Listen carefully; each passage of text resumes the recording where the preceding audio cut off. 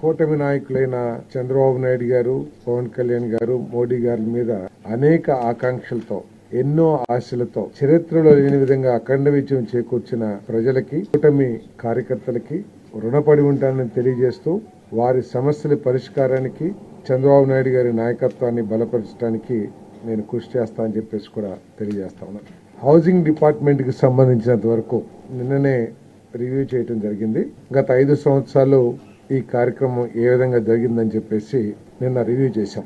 అంటే 2014-2019 మధ్యలో 2,50,000 unit cost గా ఉన్న గృహం యూనిట్ కాస్ట్ గా ఉంటే ఈ ప్రభుత్వం వచ్చిన తర్వాత, వైసీపీ ప్రభుత్వం వచ్చిన తర్వాత ఆ యూనిట్ కాస్ట్ ని మొత్తం 1.8 lakhs కి తగ్గించేసింది. తగ్గించడమే కాకుండా రూరల్ కొన్ని అర్బన్ డెవలప్మెంట్ ఏరియాలో అయితే రాష్ట్ర ప్రభుత్వం ఒక్క పైసా కూడా బెనిఫిషరీకి ఇవ్వాల. మున్సిపల్ పరిధిలో మాత్రం 30,000 మాత్రం ఇచ్చారు.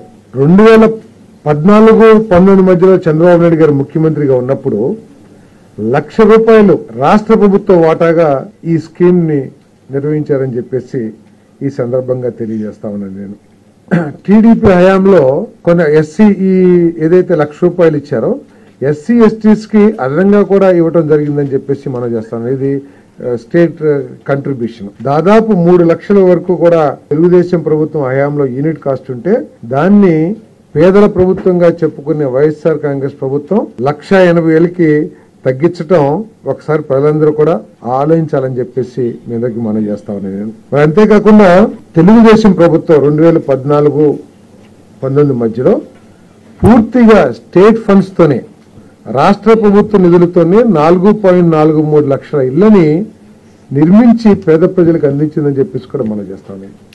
వైఎస్ఆర్ కాంగ్రెస్ ప్రభుత్వం యూనిట్ కాస్ట్ తగ్గించడమే కాకుండా స్టేట్ కంట్రిబ్యూషన్ ని ₹1,00,000 నుంచి 30,000కి తగ్గించింది.